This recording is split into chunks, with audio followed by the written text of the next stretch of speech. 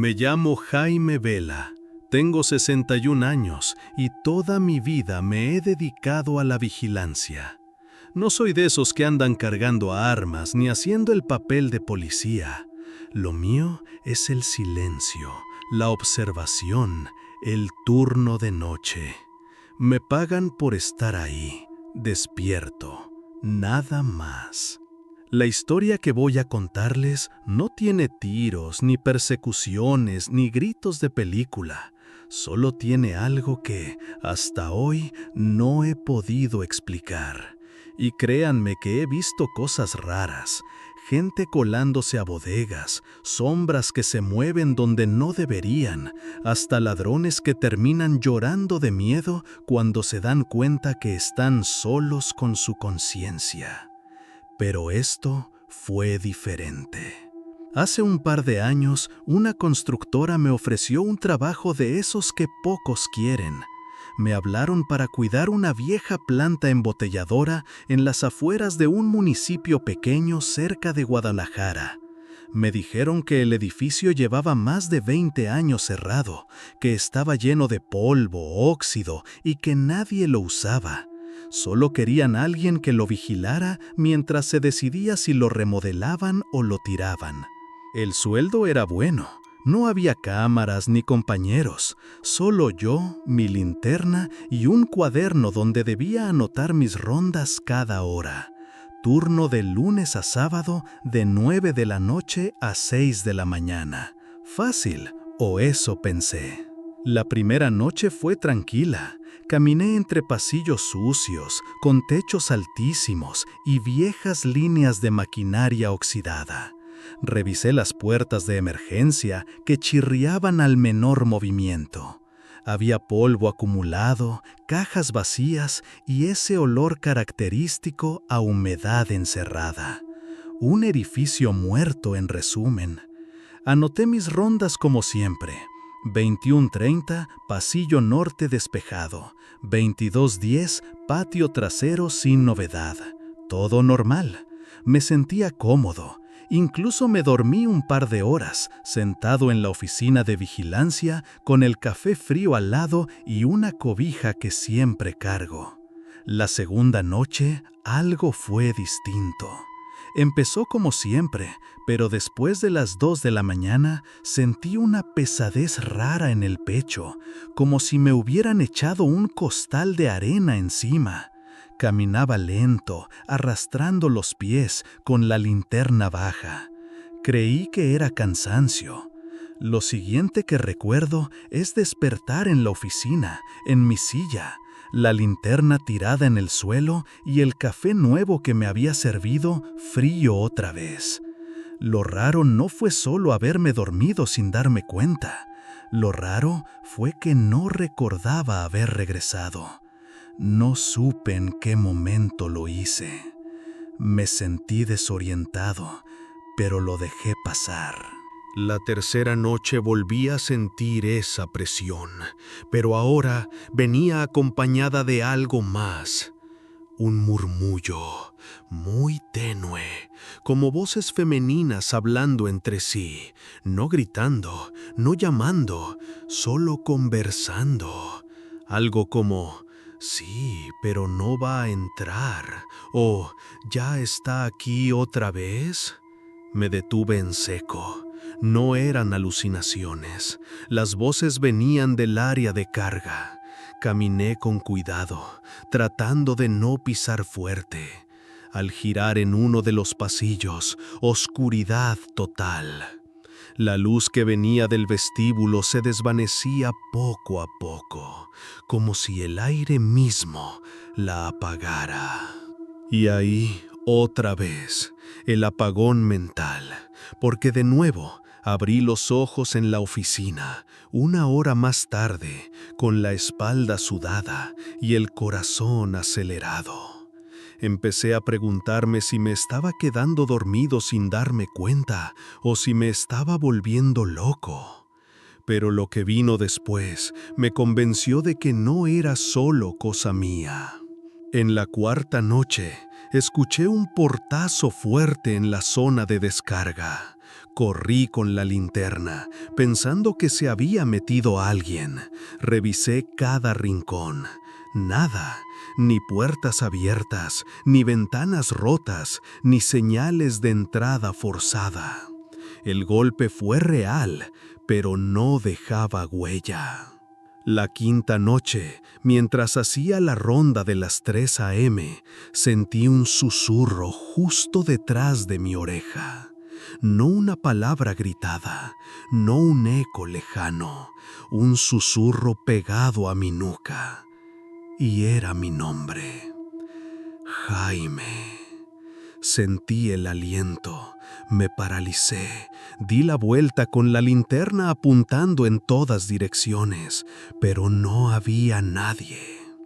Esa noche me encerré en la oficina desde las 4 de la mañana. No volví a salir. Para entonces, solo pensaba en llegar a la quincena y largarme de ese lugar. Apreté los dientes, me convencí de que no me iba a asustar tan fácil, pero en el fondo ya sabía que algo no quería que me fuera tranquilo, algo que me usaba como excusa para seguir existiendo ahí dentro. La sexta noche fue la más silenciosa, y eso no fue un alivio, fue lo peor.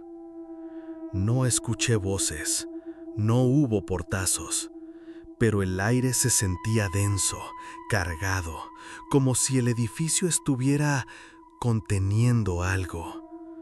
Yo me movía poco, solo hacía rondas por lo básico: pasillo central, acceso trasero, oficinas, regresaba a vigilancia. Me volví maniático. Cada que regresaba a la oficina, revisaba el reloj, anotaba la hora y me tomaba el pulso. Necesitaba sentir que estaba despierto, que el tiempo pasaba normal. Esa noche no me desmayé, pero dormí unos minutos, lo suficiente para soñar. Y en el sueño me vi a mí mismo. Yo estaba tirado boca arriba en el pasillo de maquinaria, donde estaban las cintas transportadoras oxidadas. No tenía heridas, pero los ojos estaban abiertos, secos, clavados al techo. Me veía pálido, como si llevara horas muerto. Y lo más perturbador no era eso, era que, desde la esquina del pasillo, alguien me observaba. Una figura con mi mismo uniforme, las botas de seguridad que yo usaba, el chaleco con cinta reflejante, la gorra negra. Solo que no tenía rostro. Era como la sombra de otro vigilante me mirara, sin hacer nada, solo de pie, en silencio, sin moverse.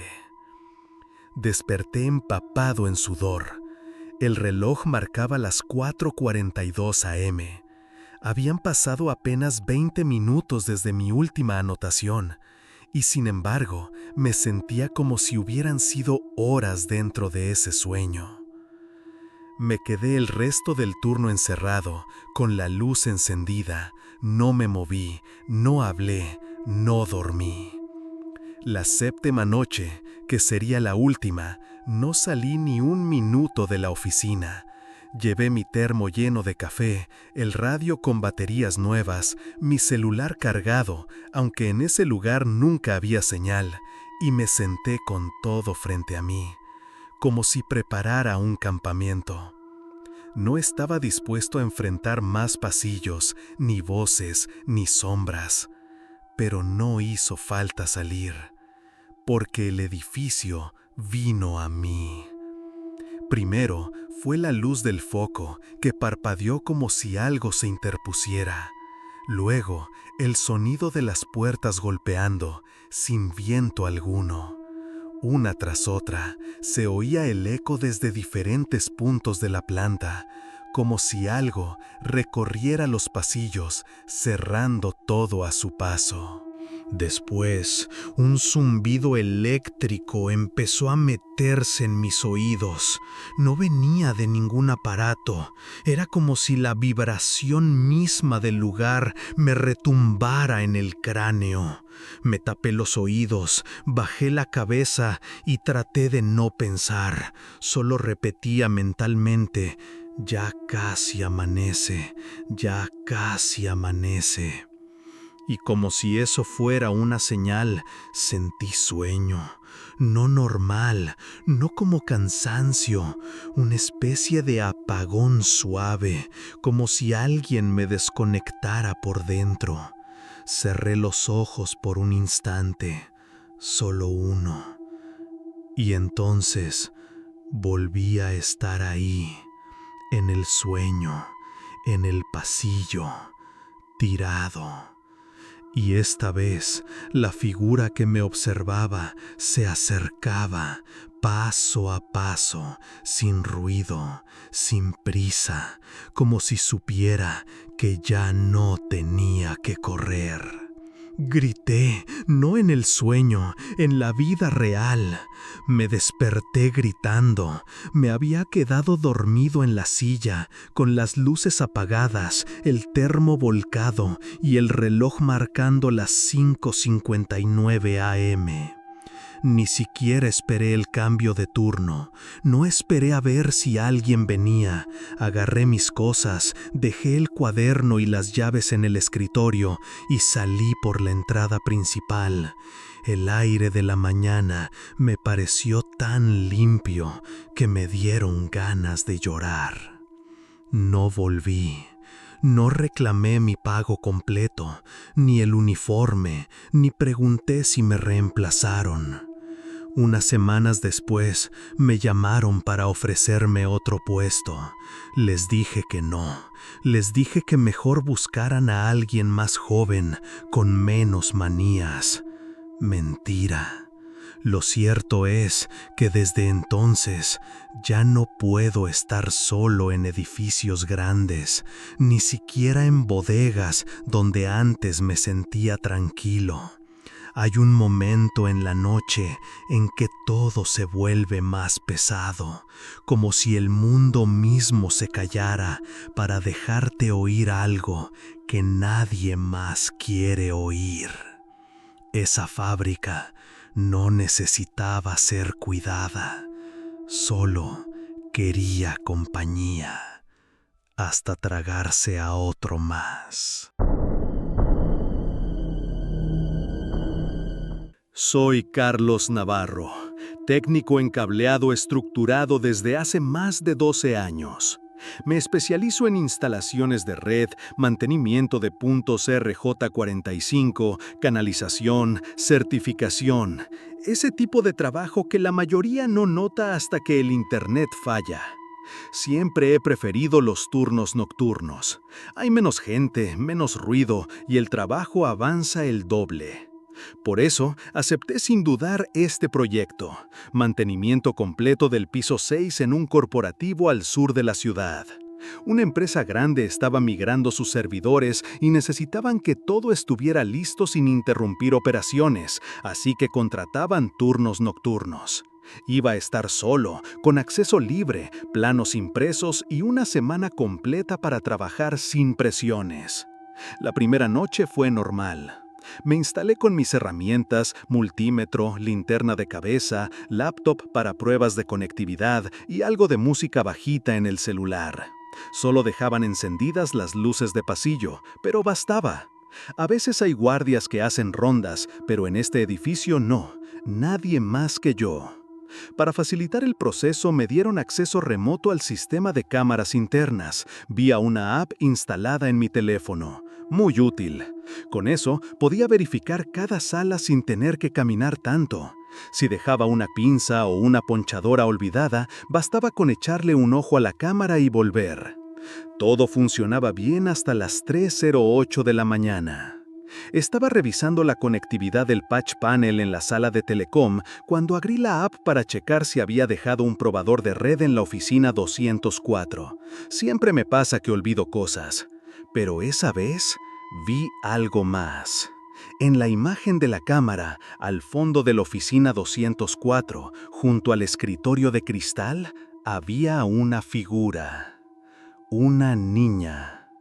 Vestido blanco, cabello largo, empapada de estática, casi pegada al piso, inmóvil, de espaldas a la cámara, mirando hacia la puerta. Mi primera reacción fue reírme solo. Literalmente solté un «No mames, ¿en serio una niña de vestido blanco? ¿Tan cliché es la broma?» Pensé que alguien me estaba jugando una pasada, que quizás había personal de limpieza o un becario aburrido que sabía del acceso a cámaras y quería asustarme. No sería la primera vez. Hay edificios donde los de sistemas meten imágenes falsas como easter eggs.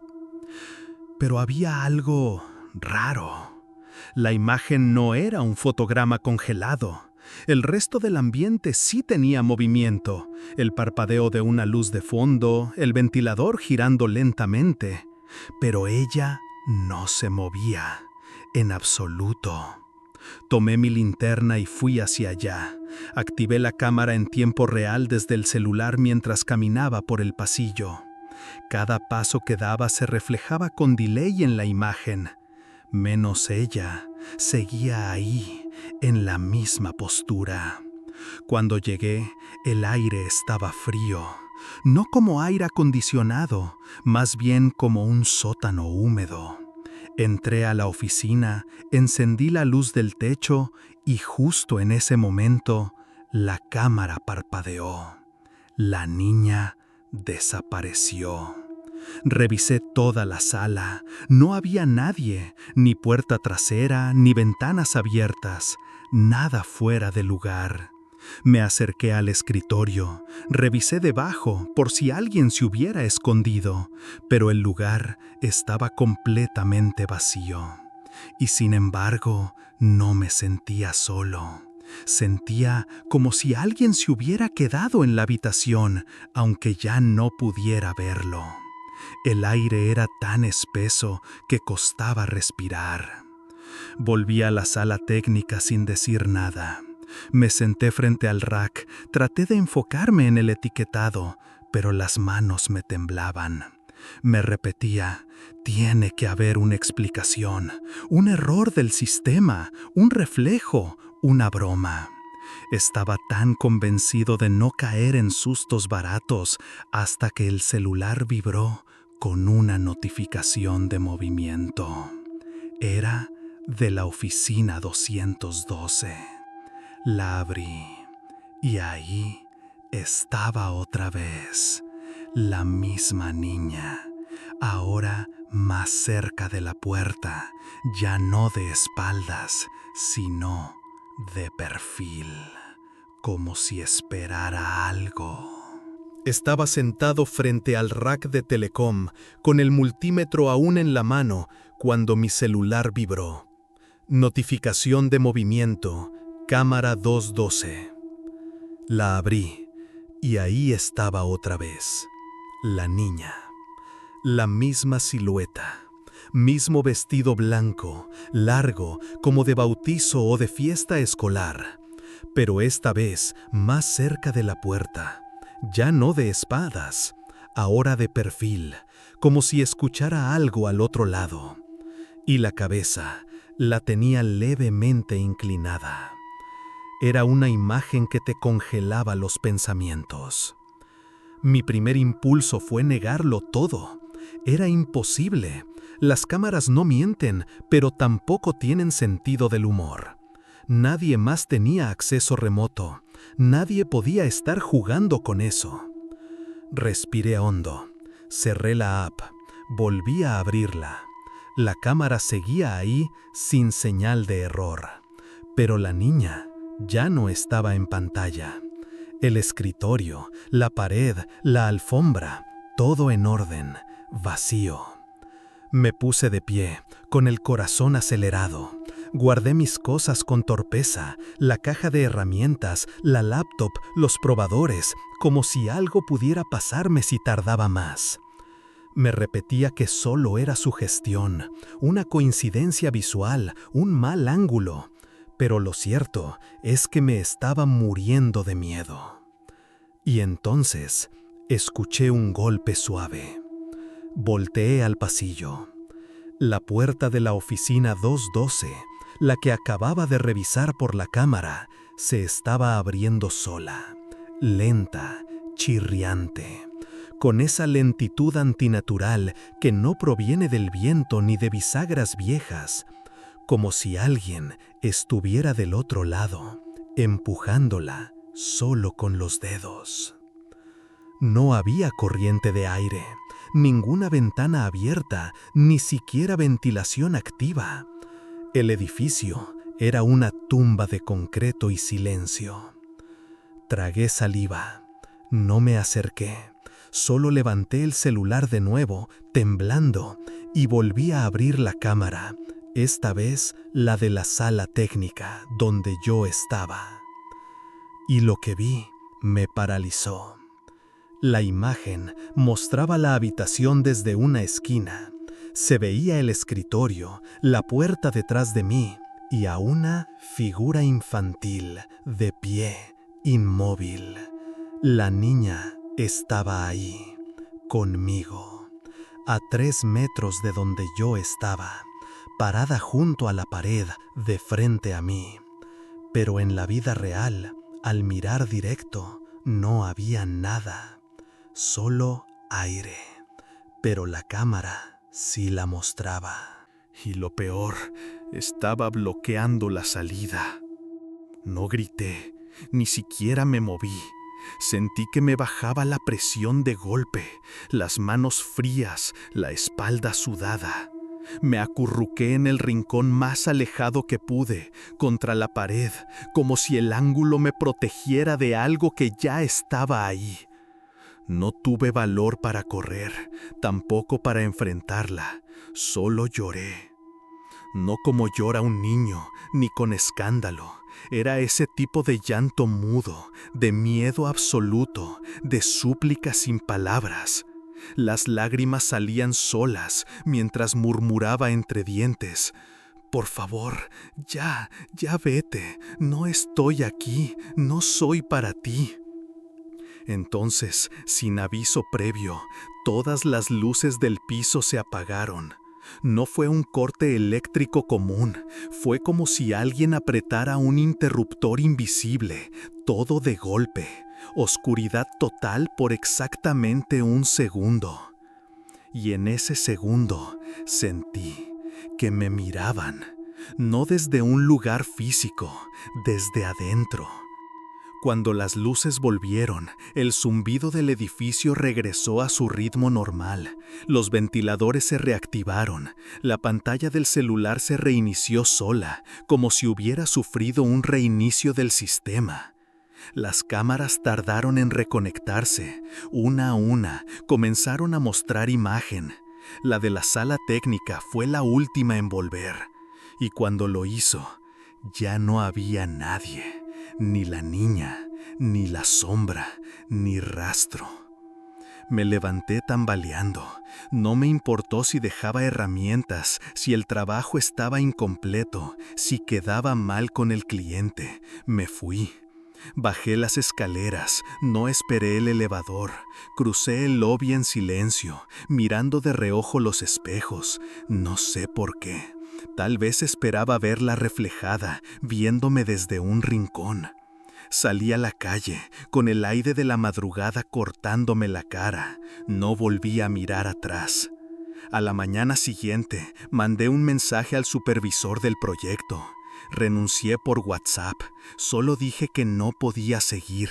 Ni expliqué, ni discutí. Nunca me contestaron. Desde entonces ya no acepto trabajos nocturnos, no importa cuánto paguen, ni lo sencillo que parezca, si es de noche, si el edificio está vacío, si las cámaras están activas, simplemente digo que no. No quiero volver a verla, ni en una pantalla, ni detrás de mí. Me llamo Enrique Martínez. Fui soldado de infantería durante varios años. Y si algo aprendí en la sierra, fue que hay cosas de las que es mejor no reírse, aunque suenen a cuento viejo. Esto fue hace como 6 años, en un destacamento temporal que tuvimos en la sierra de Oaxaca. No era una misión peligrosa ni nada por el estilo, solo vigilancia. Nos enviaron a mí y a otro compañero, Díaz, a cuidar una zona donde una bodega de la Sedena almacenaba materiales en desuso. El sitio estaba aislado, sin señal de teléfono, y la única construcción era una cabañita de madera con techos de lámina, junto a una estructura prefabricada donde guardábamos víveres, herramienta y lo poco que había que custodiar. Era rutina sencilla: turnos de noche, bitácora, revisar que no se metiera nadie. Una semana completa allá arriba y luego relevo. Todo tranquilo. El primer par de días pasaron sin novedad. Rondas normales, café cargado, pláticas cortadas por el frío de la madrugada. Nos turnábamos para dormir y siempre había uno despierto. El silencio allá arriba era otro mundo. Solo grillos, viento y de vez en cuando algún perro lejano ladrando sin razón. El tercer día, un campesino de por ahí nos llevó pan. Un señor flaco, de sombrero viejo, que parecía sacado de otro tiempo. Se llamaba Don Lupe, muy amable.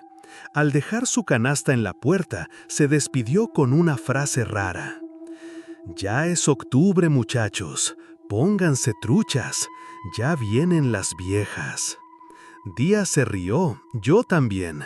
Pensamos que se refería a las leyendas de brujas que siempre cuentan en los pueblos, con sus nahuales y lloronas y no sé qué tanto más. El tono del viejo fue como de chiste, pero algo en su mirada no concordaba con la sonrisa. Esa noche, como a las 3 de la mañana, estábamos los dos acostados, turnándonos para descansar. Yo estaba dormido cuando me despertaron unos golpeteos raros en el techo de lámina.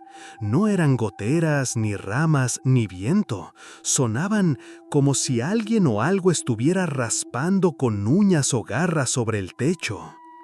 Díaz se levantó al mismo tiempo que yo. Nos miramos sin hablar, tomamos las armas por si acaso, salimos despacio y apuntamos con la linterna. Nada. El aire estaba helado, más de lo normal, y ni siquiera los grillos hacían ruido. Al apuntar hacia los árboles cercanos, vimos 2 sombras altas posadas sobre una rama gruesa. Al principio pensé que eran sopílotes o guajolotes salvajes, pero no. Eran más grandes, aves negras, con alas largas y plumaje que parecía moverse aunque no hubiera viento. Una de ellas extendió las alas con lentitud, sin emitir ni un solo sonido, y se perdió en la oscuridad con un movimiento fluido que no parecía de este mundo. Nos quedamos mirando el árbol por unos minutos. No dijimos nada. Solo entramos de nuevo, cerramos bien la puerta y anotamos el evento en la bitácora: ruido en el techo, posible ave grande. Nada más. A veces, hasta lo más extraño necesita pasar como normal para no volverse loco. La madrugada siguiente fue peor. Yo me había quedado dormido un rato y de pronto me desperté con un sonido que me heló los huesos. Gritos de mujer, gritos desgarrados, como si alguien estuviera siendo arrastrada por la tierra. No eran aullidos de coyote ni ruidos de algún animal. Eran gritos humanos, con dolor, desesperación. Me levanté de golpe, tomé mi arma y corrí hacia la litera de Díaz. Pero él ya estaba sentado, con los ojos bien abiertos, mirando al suelo. Blanco como cal, temblando. Tardó en hablar. Yo le pregunté qué pasaba, si también había escuchado. «Fui a mear», dijo al fin, con la voz apenas audible. «Escuché ruidos en la bodega». Me contó que pensó que se había metido un tlacuache o algo así que agarró su linterna y fue a revisar. Todo parecía en calma, hasta que enfocó el haz de luz hacia una de las esquinas de la bodega y ahí las vio. 2 mujeres viejas, encorvadas, con trapos sucios como vestidos. No se estaban escondiendo ni huyendo, solo buscaban entre las cajas, como si olfatearan, como si buscaran algo. Díaz pensó que eran ladronas, brujas, alucinaciones, todo al mismo tiempo. Pero lo que lo paralizó fue que, cuando una de ellas se volteó, no tenía ojos, solo cuencas negras y una sonrisa torcida, desfigurada, como si su mandíbula estuviera desencajada. Dijo que intentó levantar la pistola, pero el cuerpo no le respondió. Sintió que las piernas se le doblaban, que todo se le apagaba por dentro. Lo último que recuerda es que cayó al suelo mientras escuchaba una risa seca, burlona, como de mujer anciana con la garganta rota. Yo no supe qué decir. Nunca lo había visto así.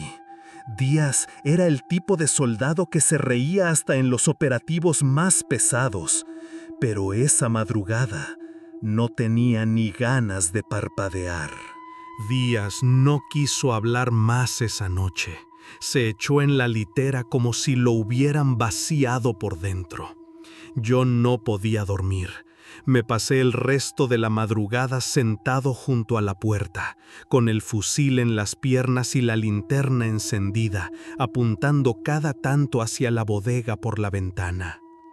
No se escuchó nada más, ni un grillo, ni una hoja, como si el monte completo se hubiera tragado los sonidos.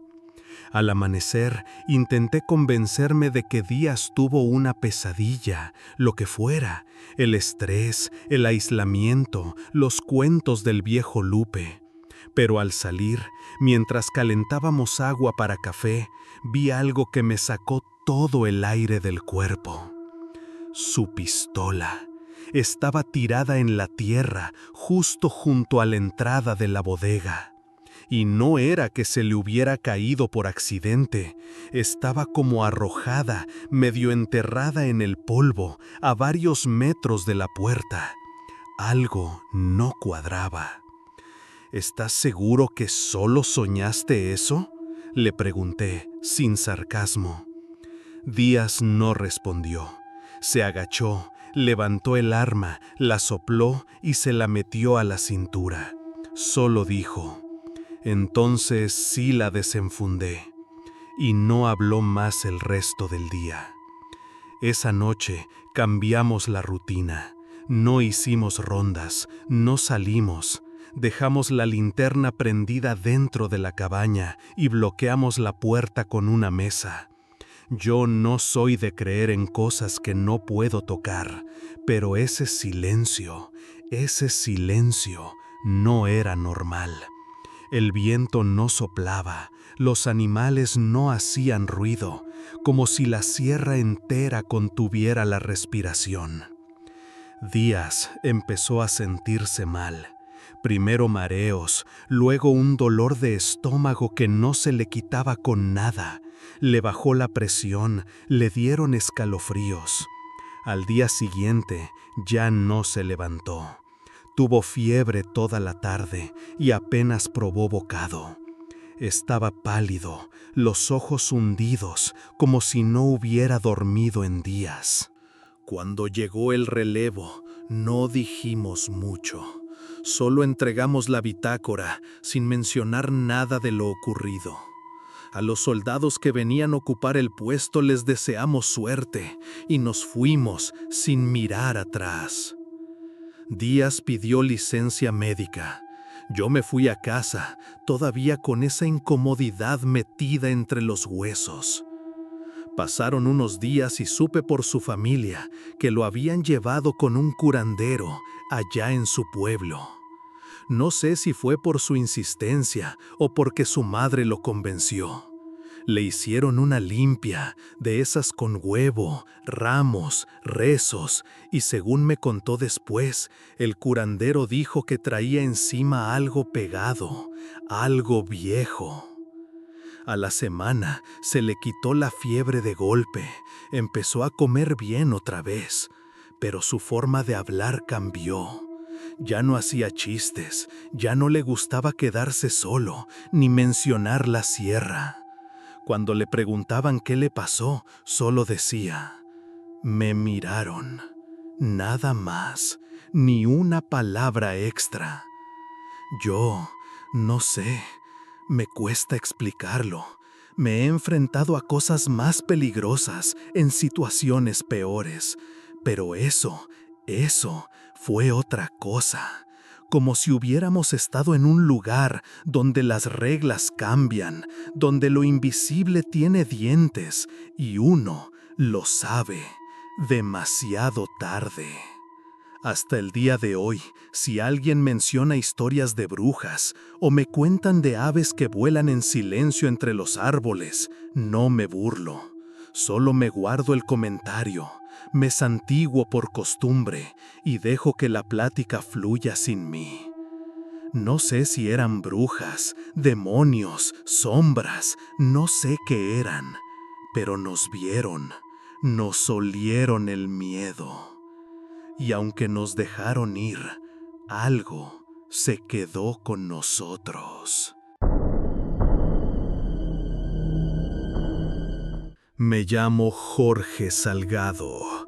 Tengo 14 años patrullando de noche, y aunque he visto de todo, desde accidentes fatales hasta brujos en plazas vacías, lo que pasó esa madrugada en el kilómetro 34, todavía me cuesta contarlo sin que se me corte la voz.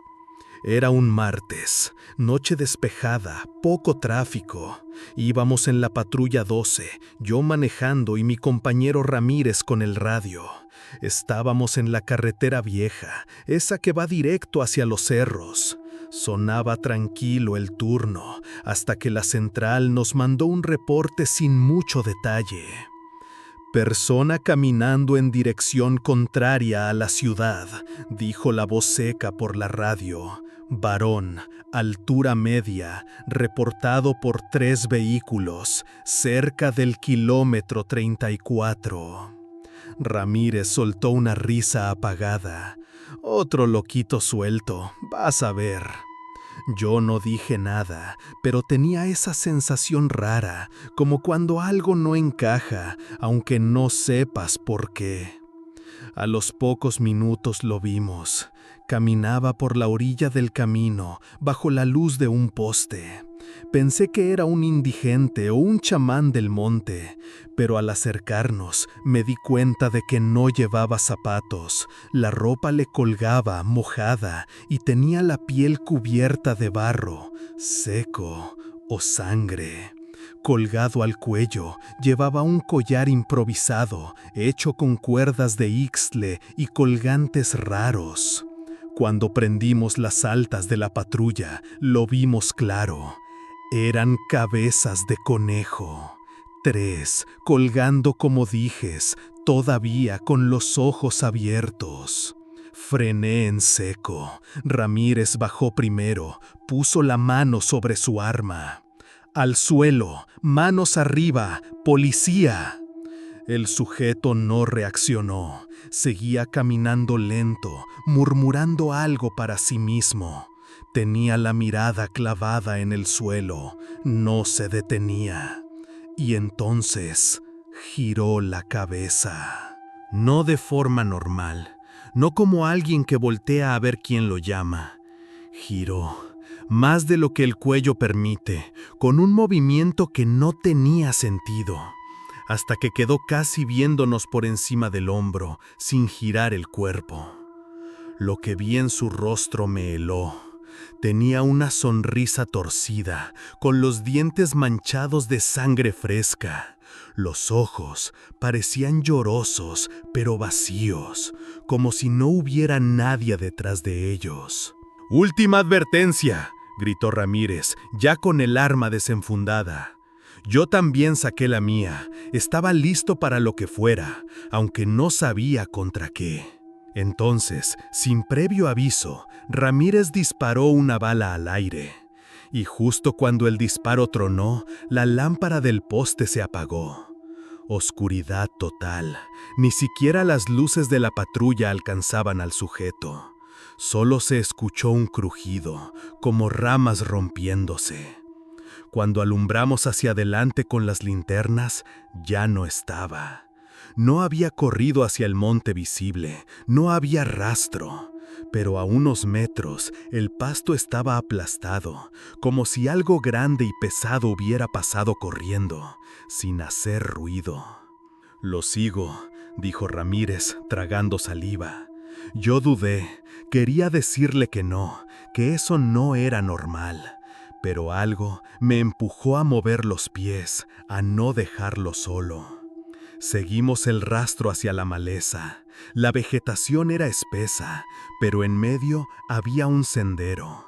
No uno hecho por humanos, parecía abierto por animales o por pasos repetidos durante años. El piso estaba húmedo, lodoso, pero no olía a tierra mojada.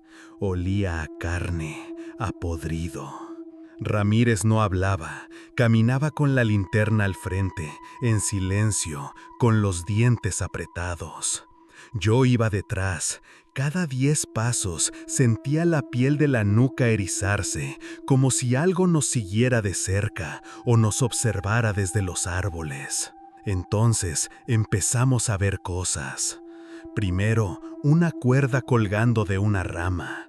De ella pendía un pájaro muerto, abierto por la mitad, con las alas extendidas como crucificado. Más adelante, 2 gatos colgados de las patas traseras, secos, como si llevaran días ahí. Y luego, lo más raro, una especie de escultura armada con palos, huesos de animales y cabello humano trenzado. Tenía forma de espiral, con una cruz al centro, hecha con huesos de dedos. Ahí supe que no estábamos persiguiendo a un loco. Estábamos dentro de algo que llevaba años formándose. Y justo ahí, entre la neblina del monte, vimos la cabaña. La cabaña estaba a unos 50 metros cuesta arriba, medio oculta entre árboles torcidos y raíces expuestas. Era una estructura vieja, de madera ennegrecida por el tiempo y la humedad. El techo, medio caído, parecía a punto de desplomarse. Ninguna luz adentro, ningún sonido. Ramírez levantó la linterna con la mano temblorosa. ¿Y si está ahí? No respondí.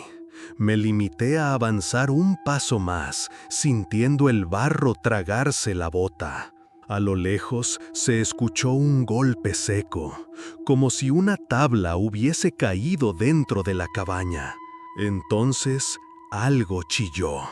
Un sonido agudo, agrietado, no humano, más parecido al chillido de un cerdo siendo degollado o al de un pájaro gigante atrapado en una red. El sonido salió desde la cabaña, rebotó entre los árboles y nos atravesó el cuerpo como una aguja helada. Ramírez me agarró del hombro. «Vámonos, Jorge». No esperé a que insistiera. Dimos media vuelta al mismo tiempo. Corrimos. Yo tropecé una vez, me llené el pantalón de lodo, pero no paré. Solo quería ver otra vez la luz de la carretera, sentir el piso firme bajo los pies, saber que ese grito no me siguió. Al llegar a la patrulla, subimos sin decir palabra. Las puertas sonaron como latigazos. El motor rugió más fuerte que nunca. No miramos atrás. Condujimos en silencio. Por más de 20 minutos no cruzamos una sola palabra. Solo el ruido del motor y el chirrido del parabrisas al barrer la tierra seca. Ya entrando en la ciudad, mientras tomábamos el último tramo antes de regresar a base, giré por puro instinto el retrovisor. Y ahí estaban, 3 cabezas de conejo, frescas, goteando, puestas en fila sobre el asiento trasero, con los ojos cerrados, como si durmieran. Frené en seco. El sudor me cayó por la nuca. Me giré de golpe. Ramírez también volteó. No sabíamos qué decir. ¿Estaban ahí antes?, preguntó él, con la voz más baja que nunca. Negué. El corazón me golpeaba la garganta. Las bajamos con cuidado. No sabíamos si tocarlas o no. Estaban tibias aún. La sangre mojaba el tapiz. No se trataba de una ilusión ni de un truco. Era real. Alguien o algo las había dejado ahí.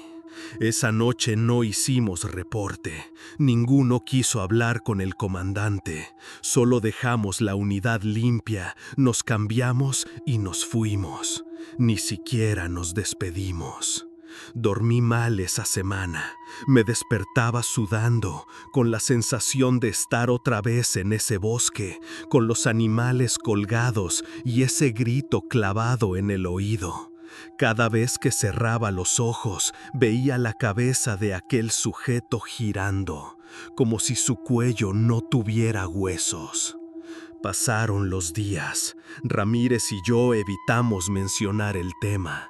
Seguíamos patrullando juntos, pero con un silencio nuevo.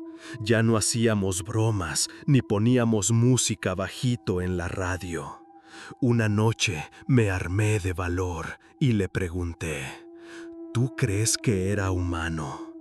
Tardó en contestar: no. Y no volvió a hablar en todo el turno. Después de eso, lo cambiaron a otra zona. Nunca supe si lo pidió él o si fue coincidencia. Yo sigo aquí, pero ya no patrullo de noche. Pedí turno de oficina. Nadie preguntó por qué. Y aunque han pasado meses, no he contado esto hasta ahora. Lo que vivimos esa noche no tiene lugar en un informe oficial. No hay código para eso, ni protocolo. No es parte del reglamento. Pero sé que algo nos siguió. Algo que no quería ser detenido, que vive allá arriba, entre árboles torcidos, tierra podrida y huesos colgando del viento. Y lo más feo no es haberlo visto, es saber que todavía está ahí, esperando.